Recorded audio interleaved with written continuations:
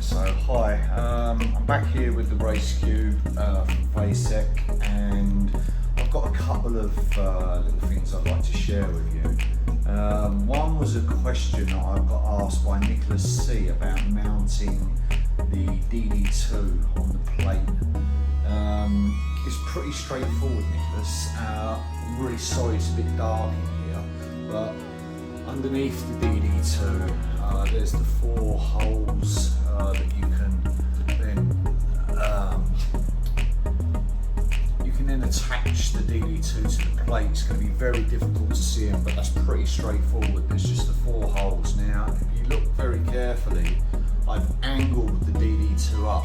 Now the way that I achieved this was I packed out underneath here with some washers and a bolt, and then just use this hand threaded bolt to a bolt underneath on both sides. So that's what created the small angle for me. Okay, for my position, it works and feels comfortable for my driving position.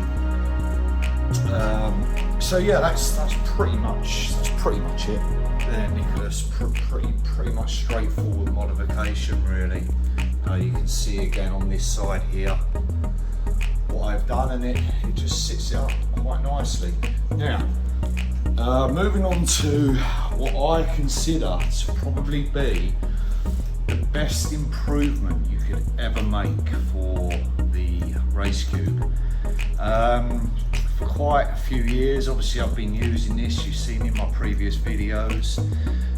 If you went back to say 2018 and you looked at some of the early videos that I'd done of me on the Race Cube, there's something there that you wouldn't notice unless it was mentioned, but it was all about the seating position. Now, all of the time that I was racing and with the yaw movement, I'll be honest with you, I couldn't really feel the yaw. It was all about the seat being in a central pivot position on the Race Cube, and my bottom was so centered on the central pivot position that when you were racing in VR, you wasn't really aware of the yaw movement. You couldn't feel it, to be honest. Very, very slight. The most time you'd ever notice it is when you'd crashed or you come to an end of a session and you took the VR headset off and you were looking in the opposite direction.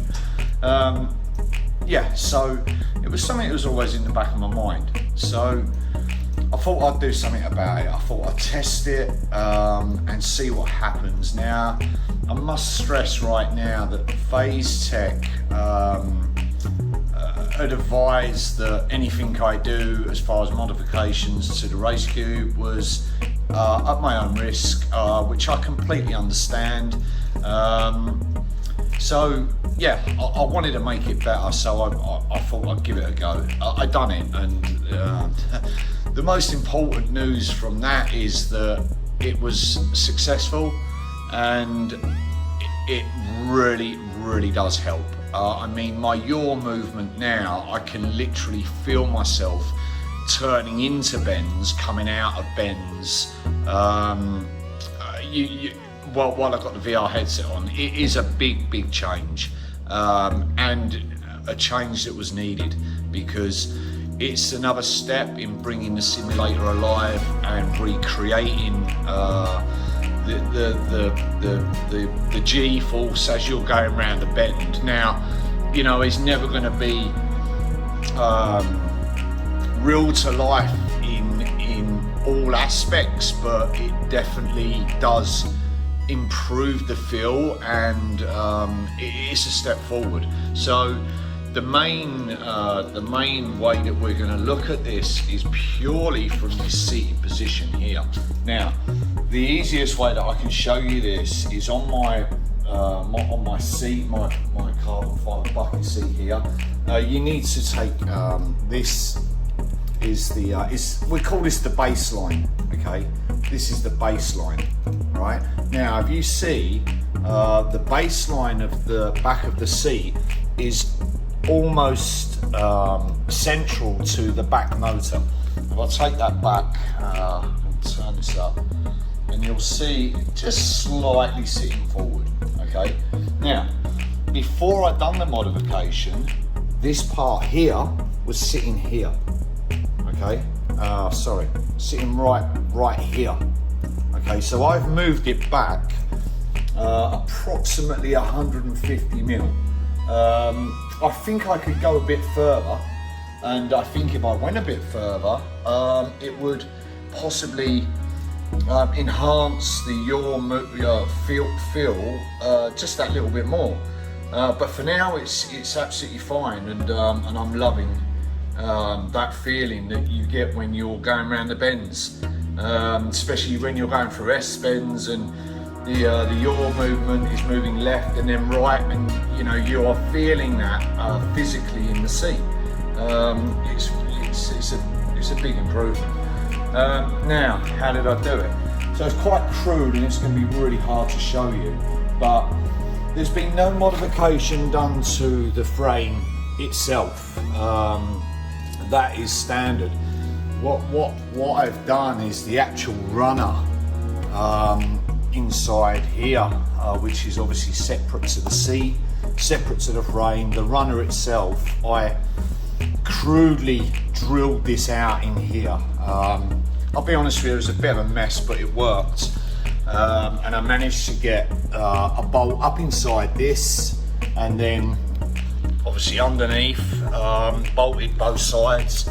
So it's 100% secure. There's not a problem there, and still the same position.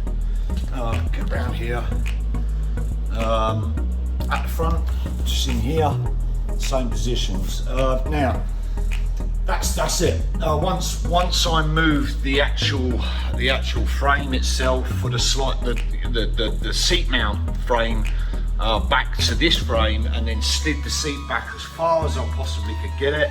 Okay, then I adjusted the front of the rig to then bring in the foot plate